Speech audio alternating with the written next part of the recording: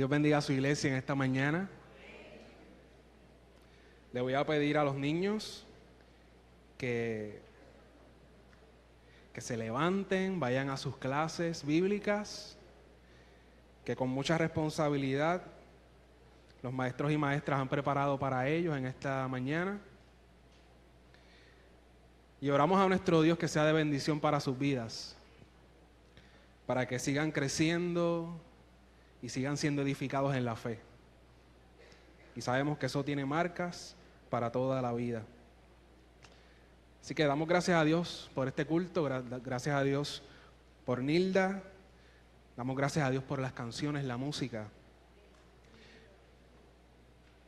Aquellos que hayan visto su programa y hayan visto el programa de todo el mes, se habrán dado cuenta que el tema es diaconía bajo la cruz. Y es basado en ese tema que tendremos la exposición de la palabra en este día. La pregunta que nos viene inicialmente cuando leemos el título es: ¿qué es diaconía? Definitivamente usted no escucha a los presentadores en la televisión o en la radio hablando de diaconía. No es un término de todos los días. Parece que no se trata de comida tampoco. No se come lo que es. Diaconía ejemplifica muy bien lo que decimos que es una palabra de domingo. Diaconía, eso usted no lo habla con sus amigos, en las conversaciones de familia. Usted no está diaconía para aquí ni diaconía para allá, ¿verdad? Eso es un término de iglesia. Así que la pregunta que tal vez muchos de ustedes tienen la respuesta es: ¿qué es? ¿Qué es la diaconía? Diaconía es un término griego, es una palabra que se pronuncia exactamente igual. Y si usted la ve escrita en el lenguaje original, se parece mucho. Las letras en griego se parecen mucho a las letras en español. Y el término significa servicio o ministerio. Esa es la definición. Así que en un sentido, decir diaconía es un poco rebuscado. Tenemos palabras para ella: servicio o ministerio. Y ese término aparece en el Nuevo Testamento unas 32 veces. Y no tiene que describir una acción poco usual. Y les quiero dar un ejemplo. En Lucas 10:40, en ese pasaje que Jesús está en la casa de Marta y María,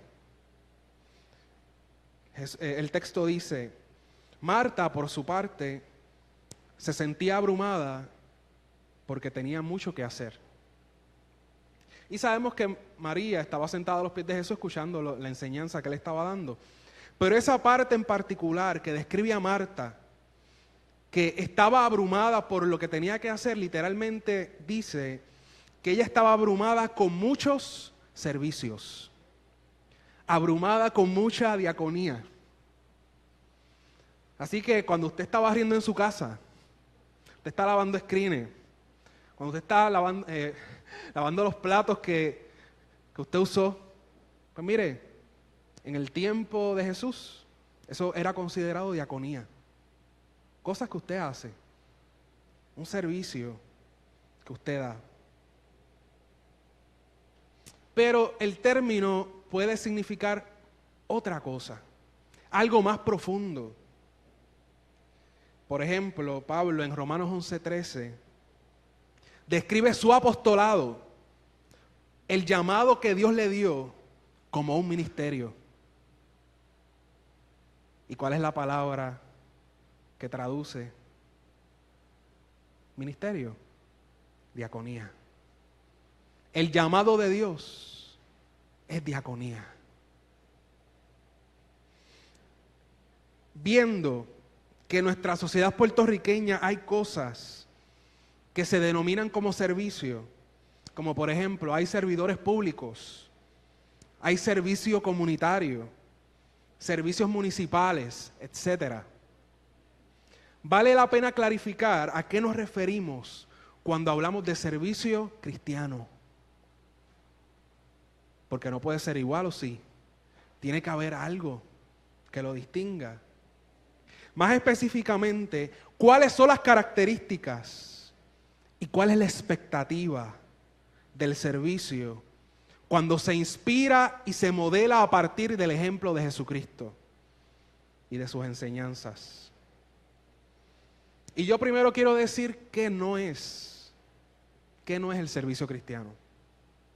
Así que escuche con atención porque tal vez eso le ayude. El servicio inspirado por Jesucristo no se trata de su éxito personal. Lo voy a volver a decir. El servicio inspirado por Jesucristo no se trata de su éxito personal. Y describo éxito en el sentido que la sociedad usualmente lo define. Si usted busca la Real Academia Española, ellos definen éxito como el resultado feliz de un negocio, actuación, etc. Esa es la primera. Una segunda definición es la buena aceptación que tiene alguien o algo. Nosotros medimos el éxito en base a la estabilidad que poseemos, también en base al dinero que tengamos en la cuenta de banco, a la posición laboral que tenemos y al reconocimiento que nos dan en los espacios que nos movemos. Éxito es vernos en esa posición que siempre hemos soñado y que nadie se meta con mis sueños. Que nadie me diga qué tengo que alcanzar. Yo tengo las metas que yo tengo mis propias metas que quiero lograr, a las que quiero llegar. Sin embargo, hermanos y hermanas, el texto bíblico nos da una definición muy diferente de lo que es éxito. Y lo primero que hace es decirnos lo siguiente: el servicio que nace de la fidelidad a Dios poco tiene que ver con los castillos de arena que usualmente construimos para intentar hacer nuestras vidas lo más cómodas y lo más exitosas posible. Poco tiene que ver el servicio que nace de la fidelidad a Dios con aquellas cosas que usualmente queremos alcanzar, porque sencillamente no se trata de nosotros. El servicio cristiano no se trata de nosotros. Y eso lo vemos de forma muy marcada en la vida del apóstol. En cómo él mismo, en el pasaje que leímos, describe su vida, describe su trayectoria antes de ir a Jerusalén. Él, en ese pasaje, le habla a los ancianos de la iglesia de Éfeso. Se está despidiendo de ellos. Y ustedes escucharon que él decía que él no los va a volver a ver. Y él les dice lo siguiente en el versículo 19. He servido al Señor con toda humildad y con lágrimas, a pesar de haber sido sometido a duras pruebas por las maquinaciones de los judíos.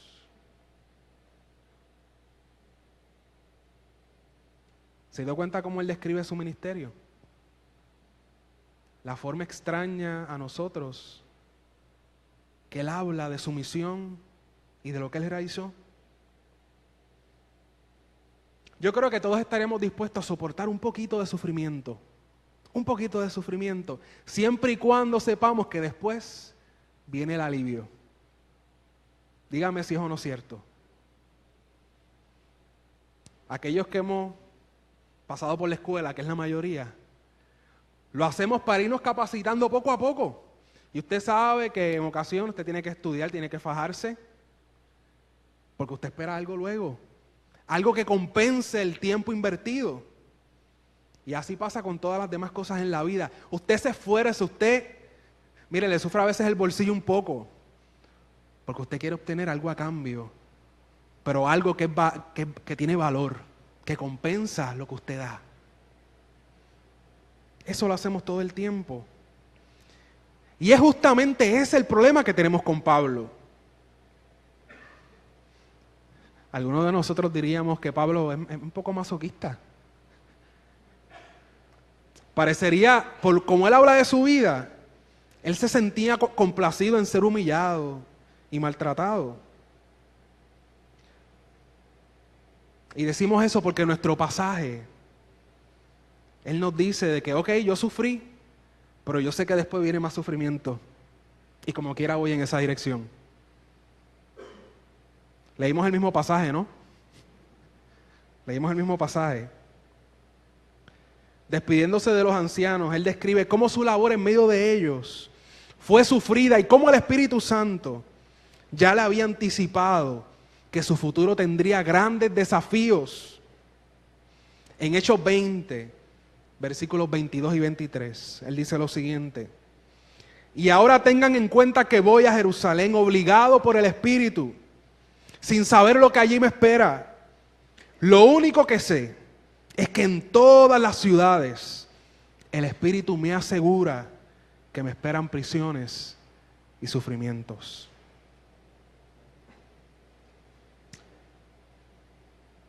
Claramente, si hemos llegado aquí con la expectativa de que este Dios erradique los sufrimientos de la vida, vamos a quedar muy decepcionados. Si llegamos aquí con la mentalidad de que esto se trata de edificar mi castillo de arena, de yo hacer mi vida lo mejor posible, de que esto se trata sobre eso, llegamos al lugar equivocado. Pablo estaba convencido de que la misión y el servicio que él estaba dando no se trataba de él, no se trataba de su comodidad, no se trataba de lo que la sociedad consideraba éxito. El valor de lo que él hacía estaba en otro lado, no en su propio beneficio. Eso es lo que el servicio no es, el servicio cristiano. Estas pasadas 2 semanas la pastora estuvo predicando sobre Marcos 8. Y en ese texto Jesús dice la famosa afirmación: si alguien quiere ser mi discípulo, que se niegue a sí mismo, lleve su cruz y me siga. Y la pastora explicaba que la cruz que Jesús describe no se trata de tu enfermedad, no se trata de tu esposo o tu esposa. ¿Se acuerda de eso? No se trata de la suegra. No se trata de ninguna cosa que tú no tengas control. Esa no es la cruz. Esa no es la cruz. La cruz, y esto lo decía la pastora la pasada semana, es lo que asumimos por voluntad propia frente al llamado de Dios. Esa es la cruz. Es la cruz que nosotros tenemos que tomar frente a la convocatoria de Jesús que nos dice: sígueme, ven detrás de mí, imítame, haz lo que yo hago.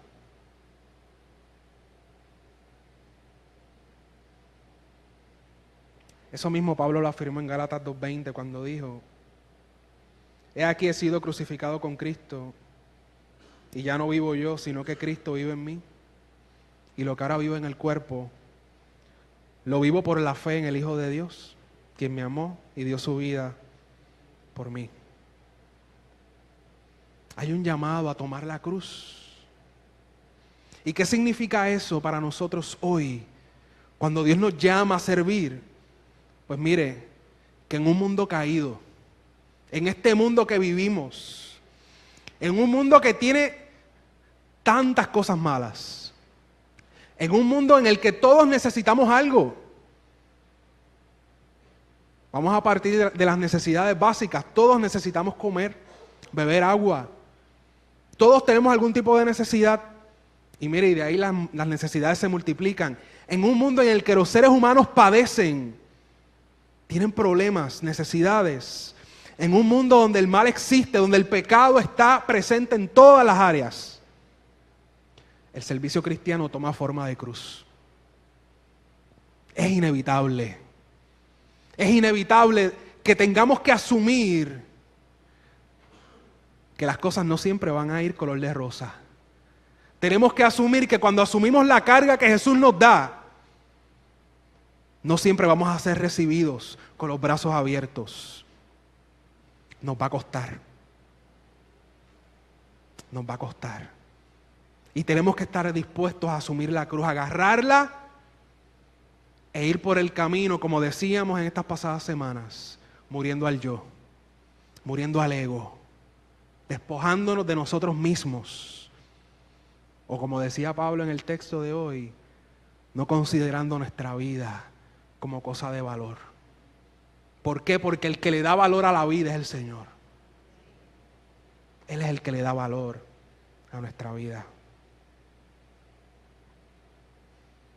La razón por la que Pablo se afanó en continuar el camino trazado por el Espíritu hacia Jerusalén está en Hechos 20:24. Ahí él dice lo siguiente: considero que mi vida carece de valor para mí mismo, con tal de que termine mi carrera y lleve a cabo el servicio que me ha encomendado el Señor Jesús, que es el dar testimonio del Evangelio de la gracia de Dios.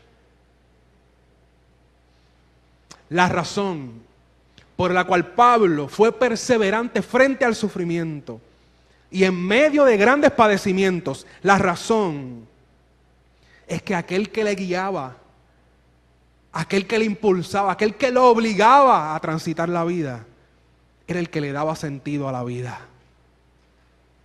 Esa es la razón fundamental.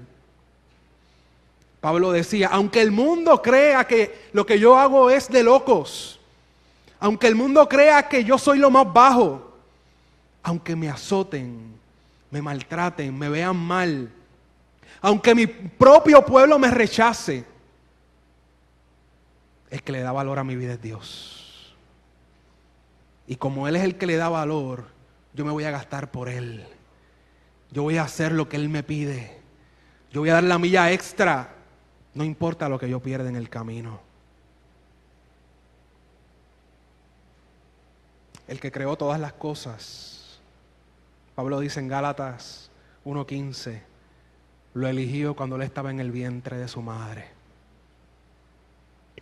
Y cuando llegó el momento de la decisión, cuando Dios reveló a su Hijo en él, Él le dijo, sí Señor, a donde tú me pidas yo voy. Yo haré lo que tú me mandes a hacer.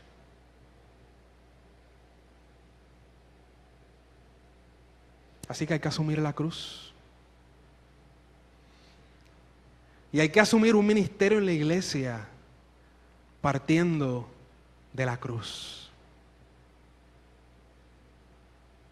Y eso es importante. A la iglesia no llegamos por comodidades. Desde la pasada semana,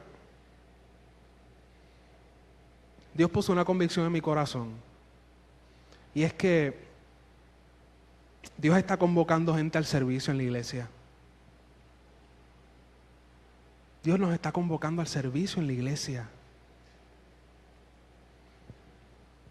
Y tal vez hay alguien que no ha querido responder a ese llamado porque piensa en lo que puede perder en el camino. Piensa en el trabajo, en el esfuerzo que es necesario para apropiarse del llamado de Dios. Y como vimos, es ineludible. Cuando asumimos el llamado de Cristo, vamos a perder algo en el camino. Vamos a perderlo. Pero el llamado de Dios está para todos y todas.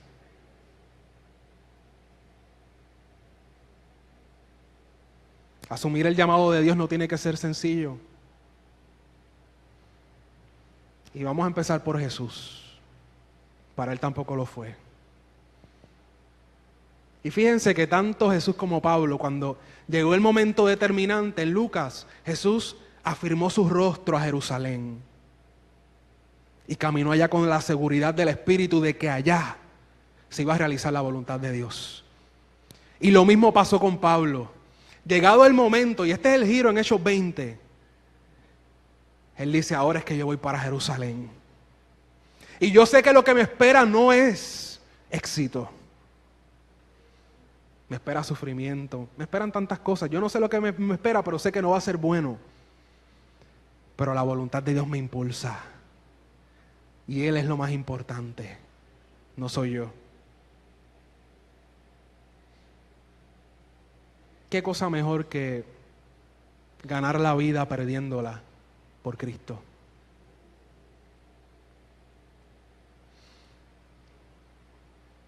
Hay un testimonio que el Señor puso en mi corazón hace unos días, que se los quiero compartir, porque yo creo que ilustra de forma clara lo que estamos hablando en esta mañana. Hay una misionera muy conocida en el siglo XX, se llamó Elisabeth Elliot. Tal vez algunos de ustedes han escuchado de ella. Pero la historia no comienza con ella, comienza con su esposo, que era misionero.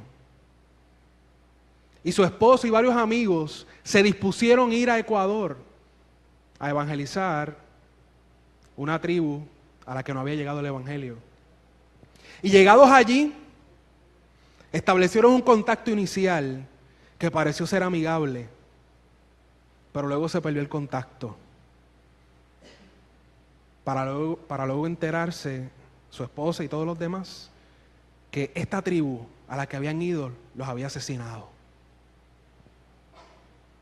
Terrible, ¿no? ¿Sabe lo que hizo su esposa? Elizabeth, impulsada por el Espíritu, dijo, yo tengo que ir allí. Y ella se instaló en medio de esta tribu que había asesinado a su marido y los evangelizó. Y dio testimonio de Dios allí. Sabiendo lo que había pasado antes, ella se insertó allí. Y mire, usted sabe que en una situación así el dolor puede ser grande, el rencor. Pero ella sabía que su marido, su esposo, había muerto en el llamado de Dios. Y ella asimismo en algún momento dijo, yo voy a tomar mi cruz. Y siento que el Señor me pide ir allí. Yo sé que es irracional. Yo sé que la gente tal vez no piensa como yo, pero siento la convicción de que Dios me llama. Y ella tuvo un ministerio efectivo en medio de ese lugar. No tiene que ser fácil el llamado de Dios. Lo que le dio vida, lo que le dio valor a la vida de este hombre que dio su vida, era el Señor. Y Dios es el que nos da valor a todos nosotros. ¿Qué cosa más bonita sería si todos nosotros respondiésemos al llamado de Dios? Y le dijéramos, Señor, como tú le das valor a mi vida, como tú eres el que me da sentido y propósito, yo también me quiero dar a ti. Y quiero hacer lo que tú me pides. Antes de ir a la mesa del Señor, quiero hacer varios llamados. Un primer llamado es a aquel que renunció al ministerio que el Señor le tenía porque confligía con su visión de éxito. Ese es el primer llamado. Has pensado por tanto tiempo, mira todo lo que tengo que perder si hago lo que el Señor me pide. Pero el llamado de Dios sigue estando ahí. Y el Señor hoy te dice, agarra la cruz. Agarra esa cruz que te has resistido a agarrar hoy. Llega hasta el altar. Y que el Espíritu de Dios te dé la fuerza de asumir el llamado. Hago además un llamado a aquel que puede que lleve poco o lleve mucho tiempo en la iglesia y está sintiendo que el Espíritu le está despertando a un ministerio. Estás sintiendo en tu corazón las ansias de servir. Estás sintiendo en el corazón que tienes que hacer algo porque el Señor te está llamando. Hoy el Señor te llama también. Y reconocemos que el Espíritu de Dios otorga dones y ministerios en medio de la iglesia para su gloria. Si has sentido eso en tu corazón, el Señor te llama en esta hora. Y mire, si sencillamente sientes que no has respondido como has tenido que responder, el Señor te llama también. El altar está abierto, pero está abierto para que entreguemos la vida al Señor.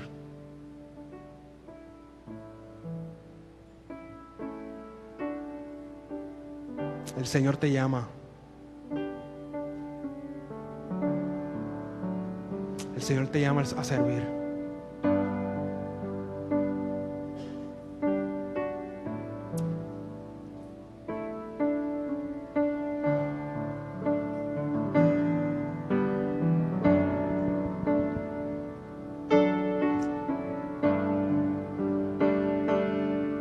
Y vamos a orar. Invito a los ancianos.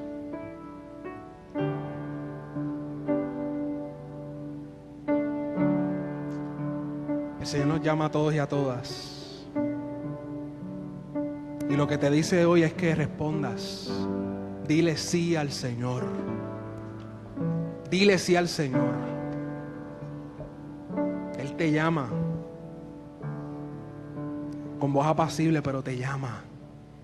Y ese llamado es contundente. El Señor te llama hoy. Dile que sí al Señor.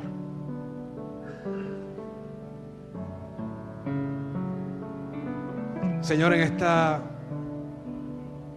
mañana gracias te damos.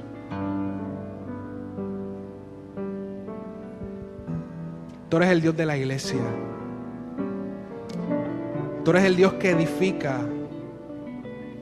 Tú eres el Dios que construye. Tú eres el Dios que transforma la vida de cada creyente. Tantas cosas hemos deseado. Tantas cosas que sabemos en ocasiones que nos pueden apartar de ti. Tantas cosas en las que nos hemos enfocado que parecen ser buenas pero cuyo camino es lejos de ti.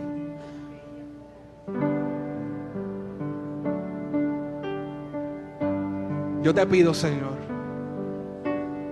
que hoy, como tu iglesia, como tu pueblo, como personas que han afirmado lealtad hacia ti, podamos responder al llamado que tú nos das. Podamos decir que sí al servicio, sí a la diaconía, pero no a una diaconía para servirnos a nosotros mismos.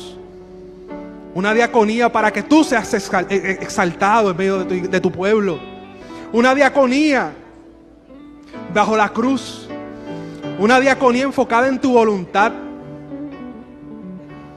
Permite, Señor, que hoy sea el día de nuevos compromisos. Hoy sea el día de nuevas misiones, de nuevos espacios de servicio. Que nos hagamos disponibles a tu Espíritu, Señor. Que te digamos sí. Heme aquí, Señor. Heme aquí, Dios. Tú nos convocas. Y sabemos que el camino no será fácil. Sabemos que el camino no necesariamente es color de rosas. Así sucedió con Cristo, así sucedió con Pablo. Lo que te pedimos es que tu Espíritu nos dé fortaleza para soportar los sufrimientos y para en medio de los sufrimientos glorificarte, ser fieles a ti, Señor. Te rogamos, Señor, que nos hables, que nos guíes y te hagas presente en nuestra iglesia para edificación, Señor. En el nombre de Jesús. Amén.